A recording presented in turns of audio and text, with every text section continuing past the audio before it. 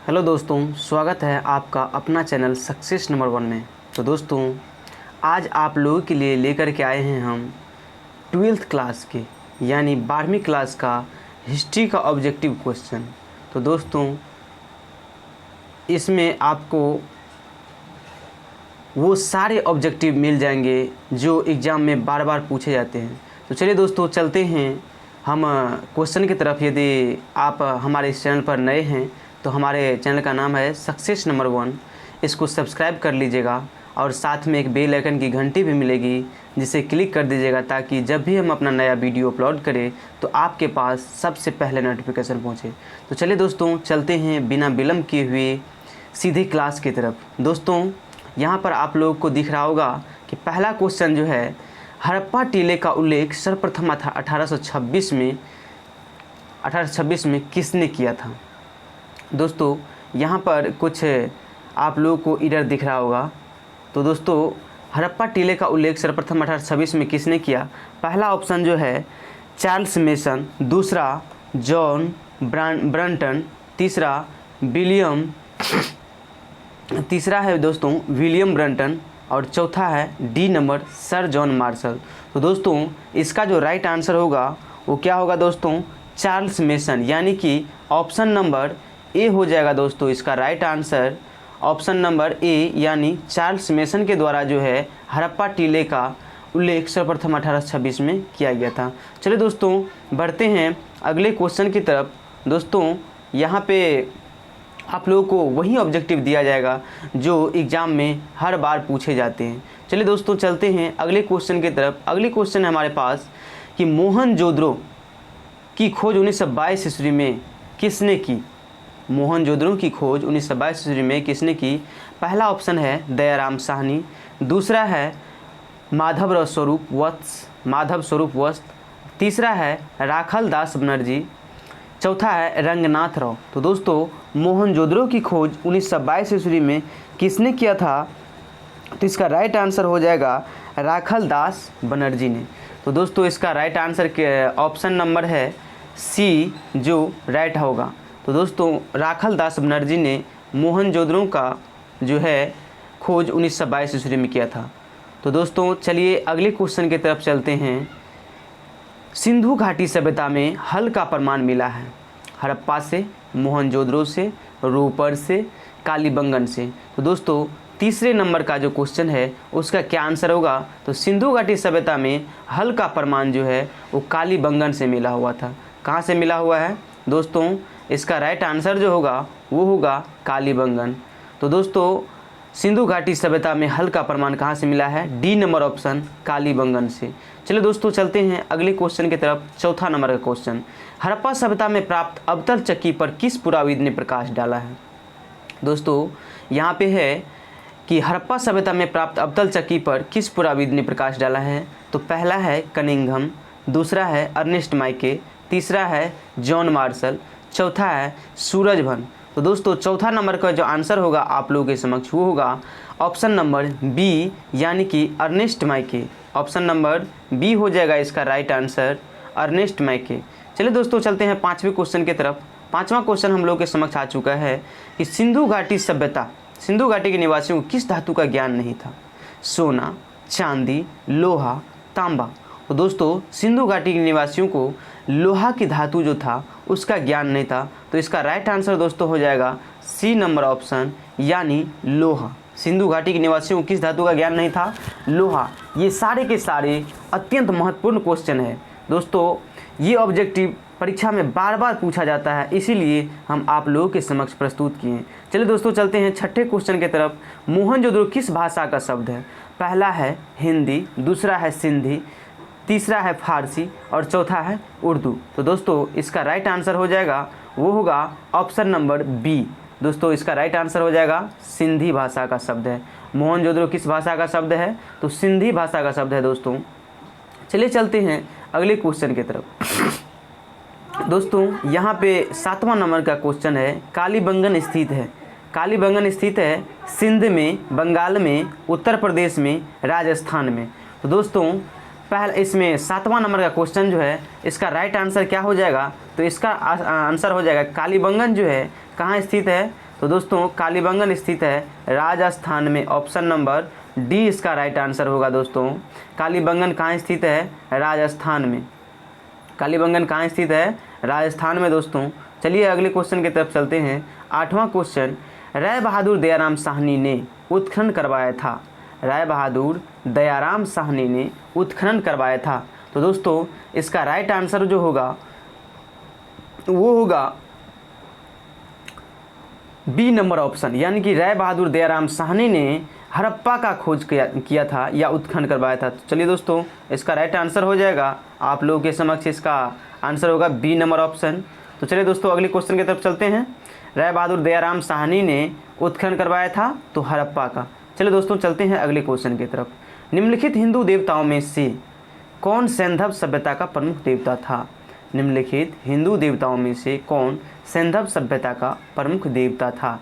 तो पहला है गणेश, दूसरा है शिव, तीसरा है विष्णु और चौथा है वरुण। तो दोस्तों इसका राइट आंसर जो होगा वो होगा भगवान शिव यानी महादेव जी। चलिए दोस्तों इसका राइट आंसर क्या हो जाएगा? बी नंबर ऑप्शन महादेव जी यानी कि शिव जी। चलिए अगले क्वेश्चन की तरफ चलते हैं। चलिए दोस्तों 10वां नंबर का क्वेश्चन हम लोगों के समक्ष आ चुका है। सिंधु घाटी सभ्यता किसके समकालीन नहीं मानी जाती है? मतलब सिंधु घाटी सभ्यता किसके समकालीन नहीं मानी जाती?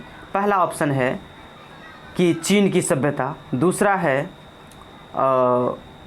मिस्र की सभ्यता और तीसरा है मेसोपोटामिया की सभ्यता। और इसमें कुछ एरर आप लोगों को दिख रहा होगा। जो चौथा ऑप्शन होगा डी नंबर का वो होगा क्रीट की सभ्यता। किसकी सभ्यता?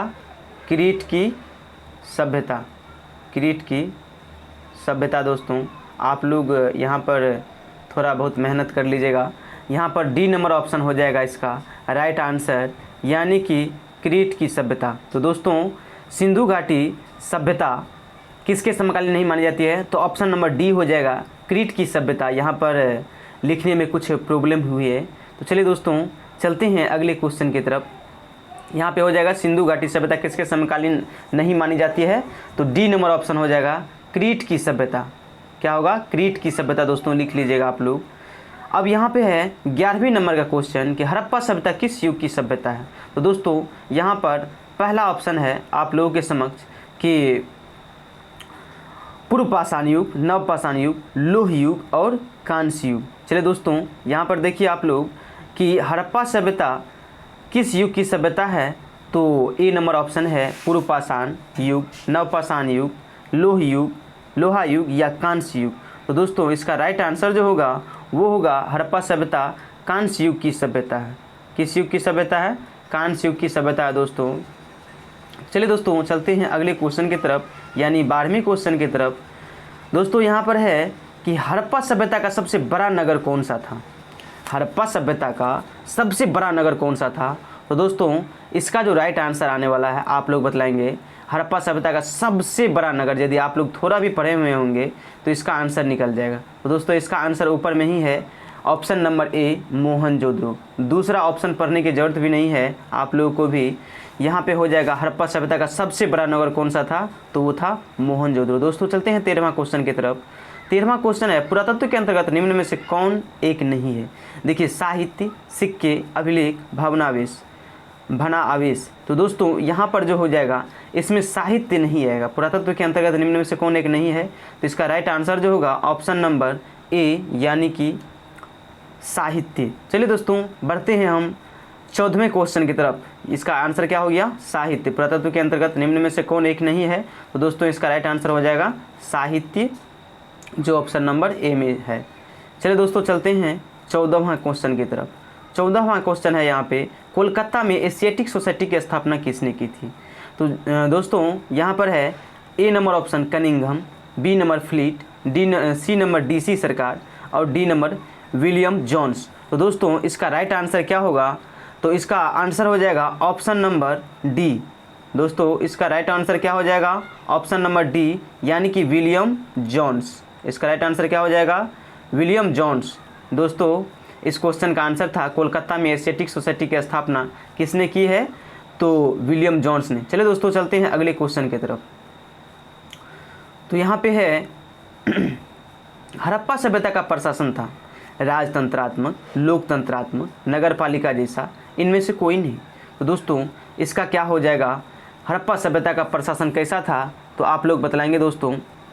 हड़प्पा सभ्यता का प्रशासन जो था वो था ऑप्शन नंबर यानी कि सी, नगरपालिका जैसा। तो दोस्तों इसका राइट आंसर क्या हो जाएगा, ऑप्शन नंबर सी यानी नगरपालिका जैसा। तो चलिए दोस्तों चलते हैं अगले क्वेश्चन की तरफ। यहाँ पे है 16वां नंबर का क्वेश्चन कि पहली बार हड़प्पा को किस वर्ष उत्खनन किया गया था, 1921, 1924, 1927 और 1930। तो दोस्तों इसका जो राइट आंसर आएगा आप लोगों के समक्ष, उसका आंसर हो जाएगा पहली बार हड़प्पा को किस वर्ष उत्खनन किया गया था, तो ऑप्शन नंबर ए यानी 1921 में। चलिए दोस्तों अगले क्वेश्चन की तरफ चलते हैं, 17वां नंबर का क्वेश्चन। तो दोस्तों यहाँ पे है सिंधु सभ्यता में गोदीपारा कहाँ से मिला है। दोस्तों सिंधु सभ्यता में गोदीपारा कहाँ से मिला है, एकदम वीवीआई क्वेश्चन है, बार बार पूछा जाता है कि सिंधु सभ्यता में गोदीपारा कहाँ से मिला है, कालीबंगा से, रोपर से, बनवाली से, लोथल से। तो दोस्तों इसका जो राइट आंसर होगा वो होगा ऑप्शन नंबर डी यानी कि लोथल। दोस्तों सिंधु सभ्यता में गोदीपारा कहाँ से मिला है, तो दोस्तों इसका राइट आंसर हो जाएगा ऑप्शन नंबर डी लोथल, यानी कि सिंधु सभ्यता में गोदीपारा कहाँ से मिला है, तो लोथल से। चलिए दोस्तों अगले क्वेश्चन की तरफ चलते हैं, 18वां नंबर की क्वेश्चन। तो दोस्तों यहाँ पर है यानी कि सिंधु सभ्यता में नृत्य करती हुई लड़की की मूर्ति कहाँ से मिली है। पहला ऑप्शन है हम लोगों के समक्ष कि लोथल, दूसरा है हड़प्पा, तीसरा है मोहनजोदड़ो और चौथा है मांडा। तो दोस्तों सिंधु सभ्यता में नृत्य करती हुई लड़की की मूर्ति जो है वो option number C right answer होगा, मोहनजोदड़ो से मिला हुआ है। तो सिंधु सभ्यता में नृत्य करती हुई लड़की मूर्ति कहाँ से मिली हुई है, मोहनजोदड़ो से। दोस्तों इसका राइट आंसर हो जाएगा। चलिए हम लोग बढ़ते हैं अगले क्वेश्चन की तरफ। अगला क्वेश्चन है हम लोग के समक्ष कि मोहनजोदड़ो किस नदी के किनारे स्थित है। मोहनजोदड़ो किस नदी के किनारे स्थित है, कभी कभी पूछता है कि हड़प्पा किस नदी के किनारे बसा हुआ है। तो चलिए दोस्तों इसका जो राइट आंसर होगा वो क्या होगा, पहला है सिंध नदी, दूसरा है व्यास नदी, तीसरा है रावी नदी और चौथा है सरस्वती नदी। तो 19 नंबर का जो आंसर आएगा आप लोग के समक्ष दोस्तों, तो इसका आंसर हो जाएगा यानी कि सिंधु नदी। कौन सी नदी, सिंधु नदी यानी सिंध नदी, जो मोहनजोदड़ो उसी नदी के किनारे बसा हुआ है। तो चलिए दोस्तों चलते हैं अगले क्वेश्चन की तरफ। अगला क्वेश्चन है हम लोग के समक्ष कि हड़प्पा सभ्यता भारत के किस भाग में विकसित हुई थी। तो दोस्तों इसका राइट आंसर हो जाएगा ऑप्शन नंबर सी, पश्चिमोत्तर भाग में ये विकसित हुई थी, काफ़ी विकसित हुई थी पश्चिमोत्तर भाग में। दोस्तों हड़प्पा सभ्यता पश्चिमोत्तर भाग में काफ़ी विकसित हुई थी और इसी हड़प्पा सभ्यता का जो खोज हुआ था वो किसने किया था।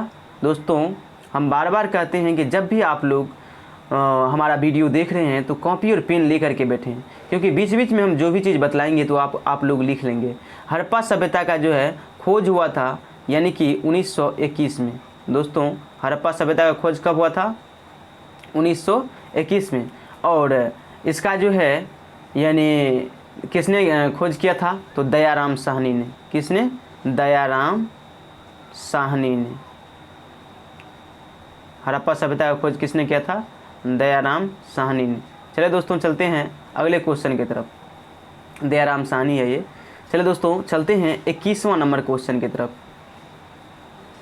लोथल किस नदी के किनारे स्थित है, लोथल किस नदी के किनारे स्थित है।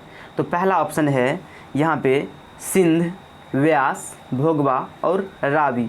तो चलिए दोस्तों आप लोगों के समक्ष क्वेश्चन आ चुका है 21 नंबर का, और ए नंबर ऑप्शन है सिंध, बी नंबर है ब्यास, सी नंबर भोगवा और डी नंबर रावी नदी। तो दोस्तों इस चारों में से कौन सा आंसर सही होगा। तो दोस्तों इस चारों में से जो आंसर होगा वो 21 नंबर का आंसर आएगा, भोगवा नदी। तो दोस्तों लोथल जो है किस नदी के किनारे स्थित है।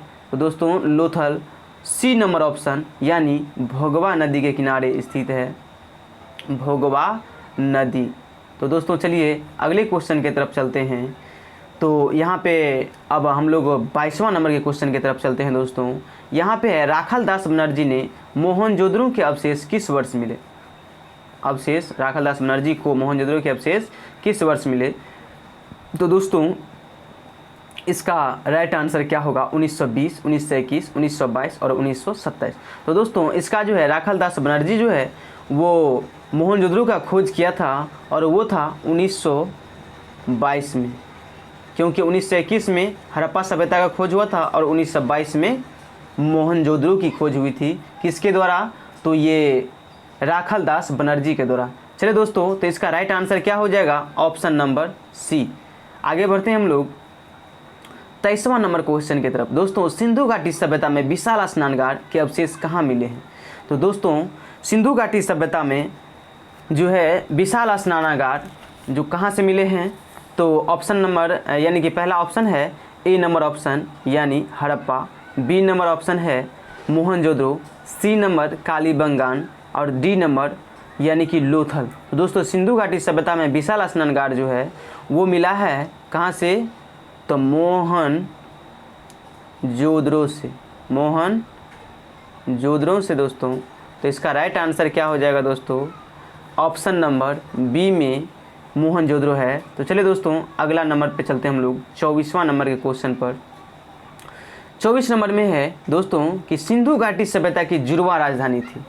सिंधु घाटी सभ्यता की जुड़वा राजधानी थी मोहनजोदड़ो, चन्हुद्रो, हड़प्पा, लोथल, हड़प्पा, मोहनजोदड़ो, लोथल और कालीबंगा। तो दोस्तों इसका जो राइट आंसर हो जाएगा कि सिंधु घाटी सभ्यता की जुड़वा राजधानी कहाँ थी दोस्तों?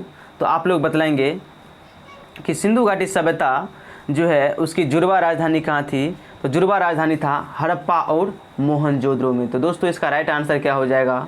सी नंबर ऑप्शन यानी कि ऑप्शन नंबर सी हो जाएगा इसका, हड़प्पा, मोहनजोदड़ो। चलिए दोस्तों चलते हैं अगली क्वेश्चन और लास्ट क्वेश्चन। अगली क्वेश्चन है और ये लास्ट क्वेश्चन है दोस्तों। तो 25वां नंबर का क्वेश्चन है, हड़प्पा किस नदी के किनारे स्थित है? हड़प्पा किस नदी के किनारे स्थित है? तो दोस्तों हम बतलाए हुए थे आप लोगों को कि मोहनजोदड़ो रावी नदी के किनारे स्थित है। तो हड़प्पा किस नदी के किनारे? मोहनजोदड़ो सिंधु नदी के किनारे स्थित है, तो हड़प्पा यानी कि रावी नदी के किनारे स्थित है। तो दोस्तों इसका राइट आंसर जो हो जाएगा वो ऑप्शन नंबर डी में दिख रहा है दोस्तों। तो इसका राइट आंसर हो जाएगा ऑप्शन नंबर डी। चलिए दोस्तों अब क्वेश्चन सभी समाप्त हो चुके हैं दोस्तों। तो आप लोगों से मेरा यही विनम्र है कि आप लोग यदि इस वीडियो को अंत तक देखे हैं तो इसके लिए हमारे तरफ से लाख लाख शुक्रिया। और यदि आप लोग हमारे इस चैनल पर नए हैं तो हमारे इस चैनल को सब्सक्राइब कर लीजिएगा, साथ में बेल आइकन की घंटी भी मिलेगी उसे भी क्लिक कर दीजिएगा, ताकि हम जब भी अपना नया वीडियो अपलोड करें तो आप लोगों के समक्ष सबसे पहले मेरे वीडियो का नोटिफिकेशन पहुंचे। तो चलिए दोस्तों अब इस क्लास को यहीं एंड करते हैं। जय हिंद, जय भारत।